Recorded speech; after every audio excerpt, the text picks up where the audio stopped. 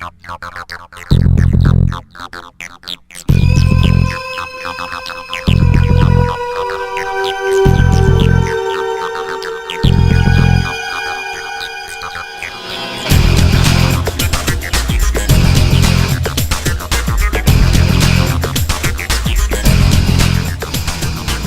there, traders, and welcome back for episode 114 from the StockBandit.tv. It's a place you can always find trading videos to make you better. And of course, on Sundays here, we always take a look at the major averages and some key levels to take a look at for the week ahead. So obviously, this market is acting very strong lately. We started off last week, which is the first week of the new year, in pretty good fashion. The uptrends that have already proven to be in place since March of last year continued last year. We saw each of the indices hitting new highs, and of course most of that took place on Monday morning. So let's take a look, starting out with the NASDAQ here. This small bar right here, this down day, and by the way, if you're not watching this in full screen mode, go ahead and go there.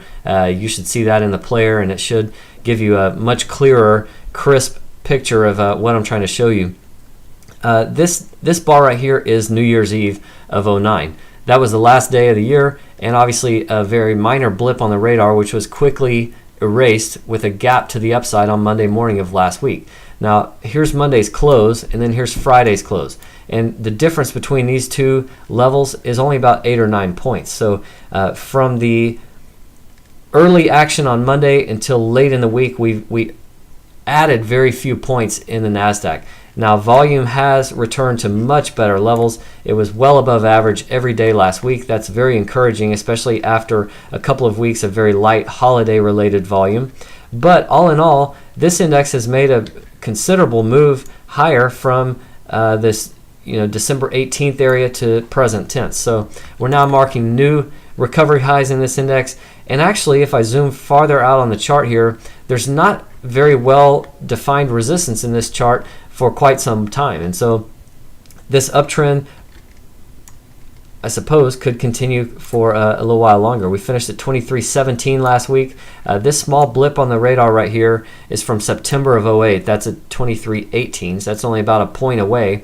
But I still would not look to that as a very major level in this index. We would need to get back up here toward this 2500 area, and that's obviously a considerable distance from where we finished last week. And so with an uptrend in place, we've got to certainly respect that and just continue to look for good trading opportunities.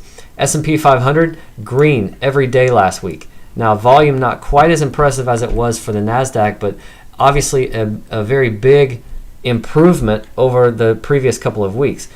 This index also has an uptrend line that's been acting as some support every time it's been pulled back to over the past couple of months. So New Year's Eve, we pulled back and kind of tested that trend line, never did break it. And then Monday of last week, we shot higher and then just added a little bit each day for the remainder of the week. So overall, still marking new recovery highs from this March low in the S&P 500. Plenty of room to continue higher. Again, not a real well-defined resistance level up here until we get maybe up closer to this 1200 area. So let's just take a look and see where the bulls can take this. But for now, they are definitely in the driver's seat, and they certainly deserve our respect. For the Dow, closing at 10,618 last week. Volume better, but not great. Although this is only 30 stocks that make up this index. It is the oldest of the bunch. And that's the reason why I take a look at it, is because the general investing public is much more familiar with the Dow. So I don't think they pay much attention to the fact it's only 30 stocks, but I do keep an eye on it. I base more of my decisions on the S&P and NASDAQ. But this index has continued to run higher, and here's the March low. We've got this rising trend line here that's had a few touches, and those are becoming a little bit more consistent over the past few weeks. We've had some better separation, I guess, from current price down to this trend line at various times throughout this rally.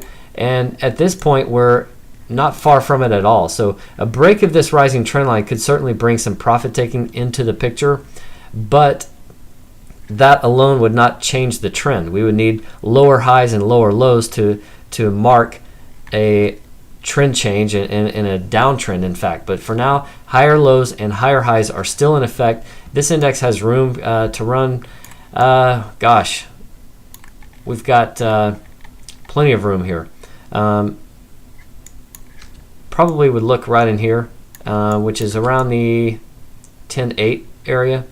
Not too far away, but again, not a real major level. There's just nothing that's real well defined given the speed at which we sold off during 2008 and then of course on into 09.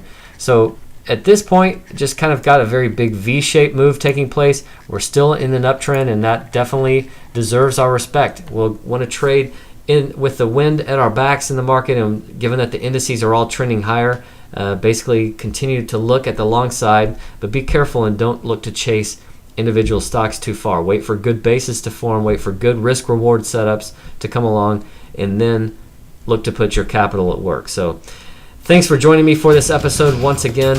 I will be back soon with more videos, but in the meantime, trade like a bandit.